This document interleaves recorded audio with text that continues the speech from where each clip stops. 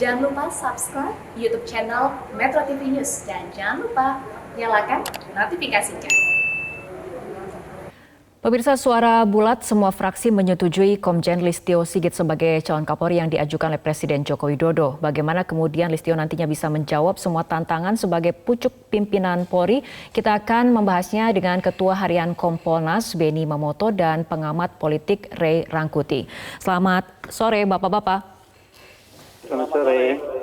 Kita ke Bang Ray terlebih dahulu. Bang Ray, ada yang menarik dan merupakan tradisi yang baru. Calon Kapolri pada saat tadi uji kepatutan dan kelayakan Komjen Listio diantar langsung oleh Kapolri yang aktif. Apa yang coba disampaikan lewat gesture ini?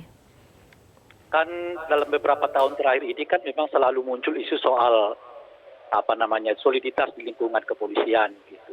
Itu terkait dengan mulainya tradisi di mana yang belum senior amat gitu lah kira-kira tiba-tiba dipilih menjadi Kapolri sekarang ini.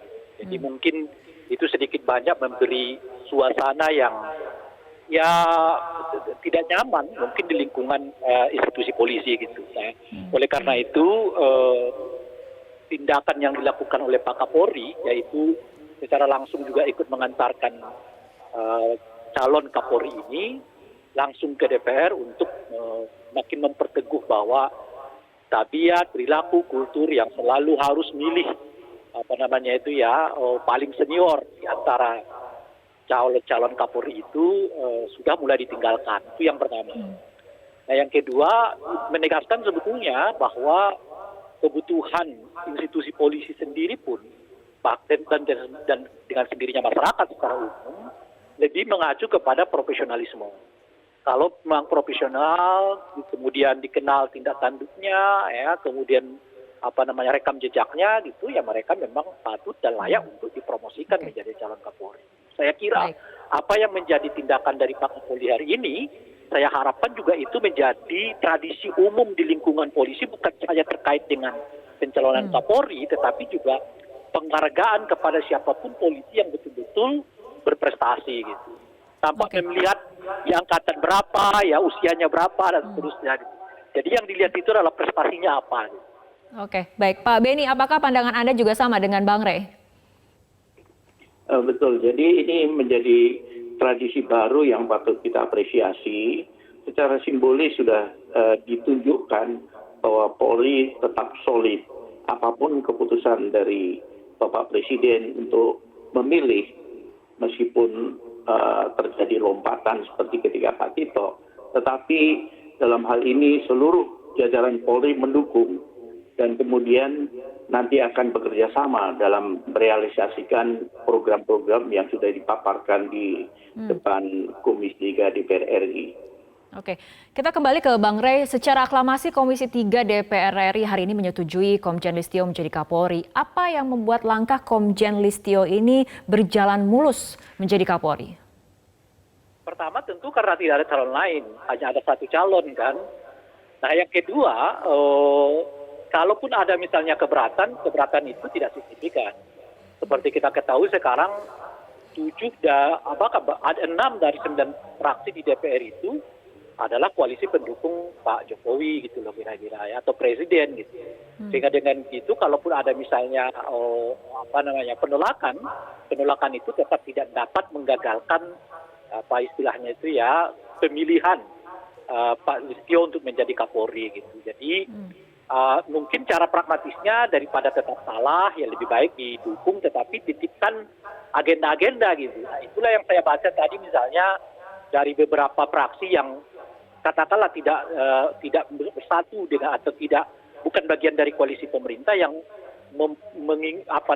menanyakan kembali kepada Kapolri itu. Misalnya apa sikap Bapak? Kok seolah-olah kalau ke kanan kencang sekali tapi kalau ke kiri kurang, kira-kira gitu ya.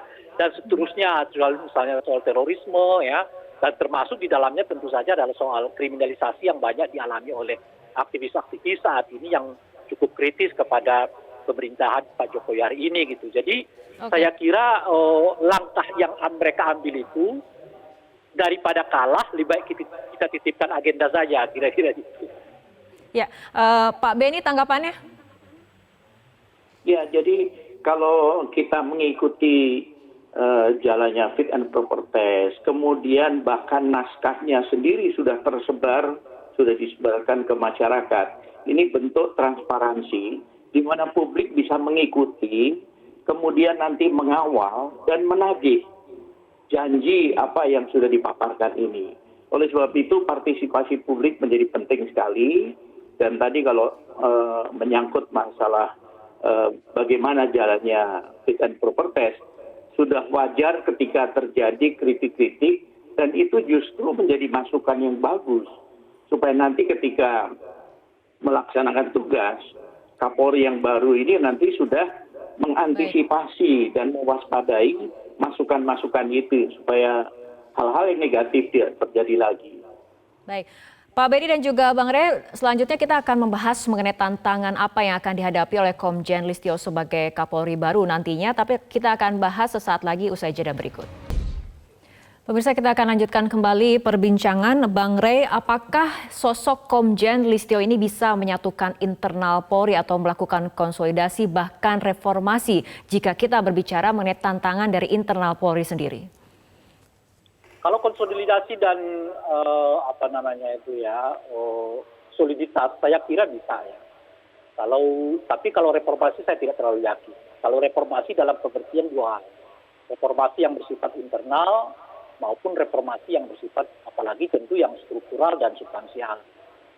Nah, kenapa gitu? Karena saya sudah berkali-kali mengatakan bahwa kalau dilihat dari figurnya, rekam jejaknya, dan berbagai prestasi khususnya ketika beliau menjadi Bareskrim, Pak Listio ini sebetulnya lebih tepat dengan pola pendekatan keamanan gitu.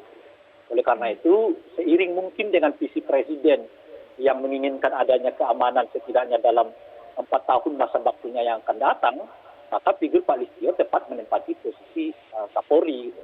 Tapi jangan berbicara soal reformasi struktural, reformasi kultural, dan juga reformasi substansial di lingkungan politik kalau figurnya adalah Pak Listio. Saya sudah juga mengatakan kalau itu yang dicari, figurnya mungkin Pak Boy gitu. Kalau Pak Boy mungkin sedikit banyak bisa mengemban amanah untuk melakukan reformasi di institusi kepolisian dalam pengertian yang tadi. Tapi kalau soliditas, kemudian konsolidasi, saya sih yakin bahwa Pak Listio bisa melakukan itu. Baik, Pak Benny, tanggapan dari Kompolnas seperti apa?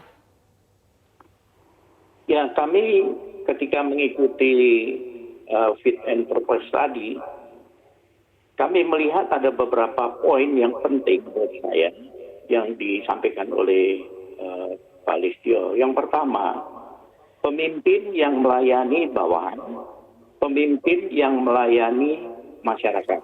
Ini penting sekali. Dan itu ternyata diwujudkan dengan berbagai program. Bagaimana menyangkut kesejahteraan, perumahan untuk anggota dan sebagainya. Ke masyarakat, bagaimana setelah menyerap aspirasi masyarakat, kemudian diwujudkan dalam program. Seperti disampaikan, jangan terjadi lagi pencurian koka, ibu-ibu ditahan. Kemudian mengedepankan restoratif justice, ini penting.